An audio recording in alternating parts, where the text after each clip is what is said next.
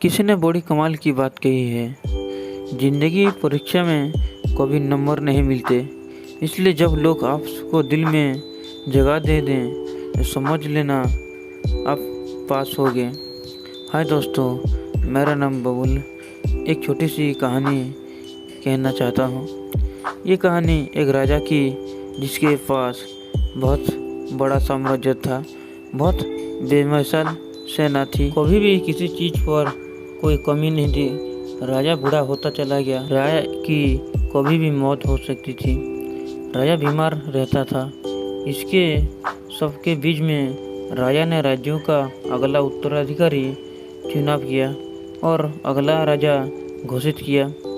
उसका जो बड़ा बेटा था उसको राजा चुना गया। समस्या ये नहीं थी, समस्या ये थी कि वैद्य जी ने कहा कि राजा साहब, आपके पास बहुत कम दिन बचे हैं, आप संन्यास ले लीजिए। ये सब छोड़ छाड़ के चले जाइए जंगल में, तपस्या कीजिए। जीवन की आखिरी दिनों को ऊपर वाला की भक्ति में लगाइए। पूरी ज़िंदगी राज्यों का ख्याल रख के अपने बेटों को रखने दीजिए। राजा पास समस्या थी कि उसकी 4 रानियाँ थी। राजा चाहता था कि उसमें किसी को संन्यास लिया जाए। चौथी रानी, जो आखिरी में शादी की थी, बेइंतहा मोहब्बत थी। नया नया प्यार हुआ था। उसके कक्ष में पहुंचा राजा। महल में पहुंचा बड़ी उम्मीद से। कहा कि रानी, मैं अब संन्यास लेना चाहता हूं। क्या आप मेरे साथ जंगल में साथ में चलने में तैयार हैं? रानी ने साफ साफ मना कर दिया। आपको जहां जाना है जाइए, मैं यहीं रहूँगी। राजा को समझ में नहीं आ रहा था कि मेरे मुंह पर बेइज्जती हो रही है। मैंने इतना प्यार किया, इतना ख्याल रखा, और मुझे कहा जा रहा है कि आप जाइए, आप जहाँ जाना चाहते हैं। राजा मुंह लटका के उस महल से कक्ष से बाहर निकल गया और तीसरी रानी के महल में पहुंचा। बड़ी उम्मीद से जा रहा था कि यहाँ भी मोहब्बत की बात हो रही थी। जाने तीसरी रानी से कहा कि आपसे बेइंतहा मोहब्बत करते हैं, आपसे प्यार करते हैं। कि आप हमारे साथ जंगल में चलने के लिए तैयार हैं? हमारे ज़िंदगी की आखिरी दिनों को संन्यास लेना चाहते हैं, जंगल में बिताना चाहते हैं। तीसरी रानी ने कहा कि ये क्या पागलपन है, आप यहाँ रह भी आपकी ज़िंदगी बिता सकते हैं। आप यहाँ रहना चाहते हैं तो यहाँ रहिए, अगर आप जंगल में चले जाएंगे तो मैं दूसरी शादी कर लूँगी। मुझे आपके साथ में नहीं जाना है। राजा यहाँ से भी मायूस होके, उदास होके दूसरी रानी थे उसके कक्ष में, उनके राजमहल में जाके पहुँच गया। बड़ी उम्मीद से जा रहा था। मन में सोच रहा था कि दूसरी रानी बड़ी उम्मीद है, जो राज्यों का पॉलिटिकल डिसीजन लेते थे, उनमें जो पुरानी फैसला होती थी, राजा की मदद करती थी, बुद्धिमान थी, बहुत बार समझाती थी कि ये कर रही हो, वो करो, ये गलत कर रही हो, उसको वापस ठीक करो। राजा बड़ी उम्मीद से जा रहा था।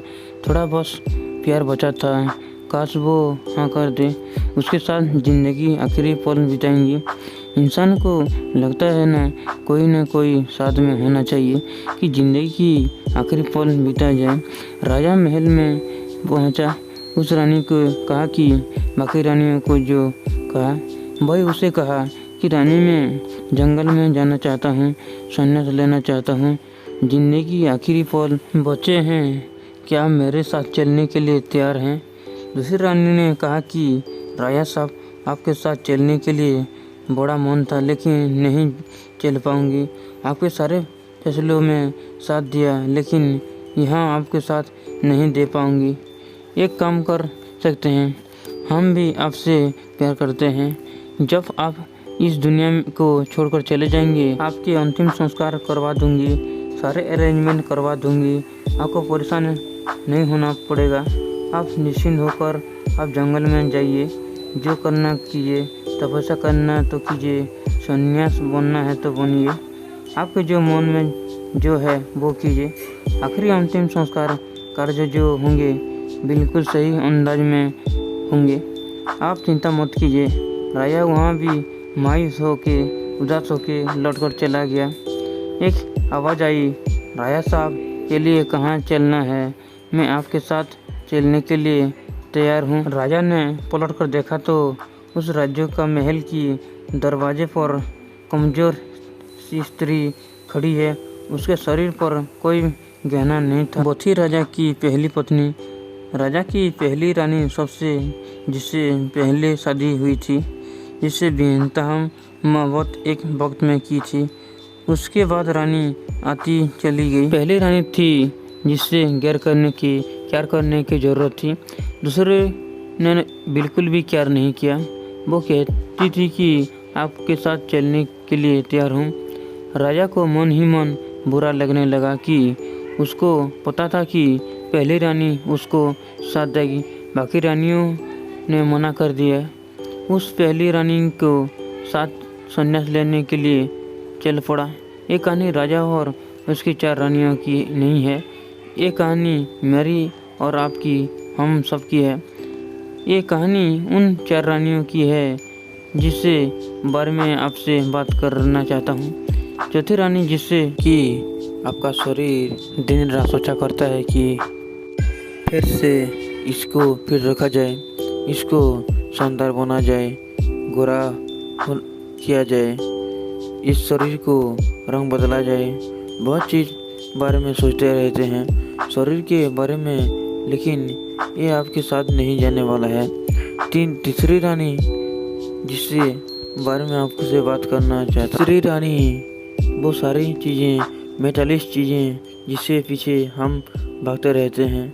Laptop, mobile, cloth, watch, car, flat जैसे पीछे हम पूरी ज़िंदगी बिताती। अगर आपको याद है कि तीसरी रानी ने कहा था कि मैं दोबारा शादी करूंगी, रीमैरिज, यानी ये जो चीज़ें हैं आप चले जाएंगे तो ये किसी का हो जाएगा।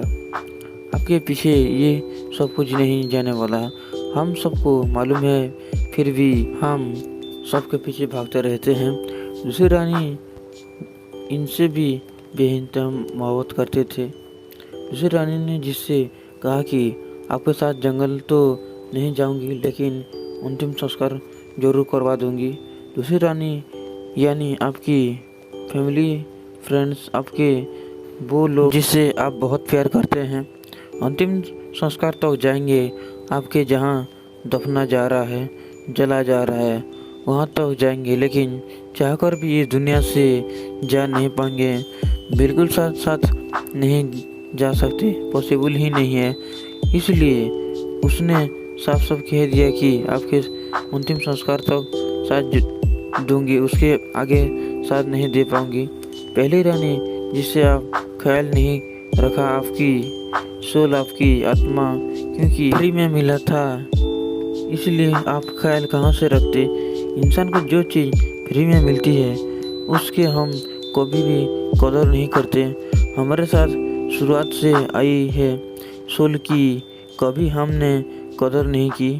हम हमेशा इस दुनिया के पीछे भागते हैं। कभी भी इस सोल को क्या चाहिए, इंटरनल हैप्पीनेस के बारे में कभी भी नहीं सोचते, कभी नहीं समझते। हम जानना ही नहीं चाहते। हम हमेशा दूसरी, तीसरी, चौथी रानी के पीछे भागते रहते हैं। पहली रानी को लगातार इग्नोर करते जा रहे हैं। सोचिएगा, ध्यान से सोचिएगा। ज़िंदगी में जब आपको बड़ा डिसीजन लेना है तो इस डिसीजन को लेने के वक्त सबसे ज़्यादा अपने दिल की आवाज़ को सुनना चाहिए। अपने सोल को सुनते हैं, हमेशा साथ देते हैं। लाइफ के हर इम्पोर्टेंट डिसीजन में उस सोल को हमेशा आपके साथ होती है। कई लोग कहते हैं कि मोटिवेशन की ज़रूरत होती है। रियल मोटिवेशन तो अंदर से ही आता है। जब अंदर आवाज़ आती है तुझे कर दिखाना है तो आप कर दिखाते हैं। ज़िंदगी हमेशा पहली रानी यानी आपकी पहली पत्नी, आपकी सोल का ख्याल रखना ज़िंदगी की हर डिसीजन में मदद करेगी, आपको सुकून देगी। आपके सोल के बारे में सोचो, थोड़ा सा मेडिटेशन करने की बारे में शुरू कीजिए। ज़िंदगी इतना बुरी नहीं है।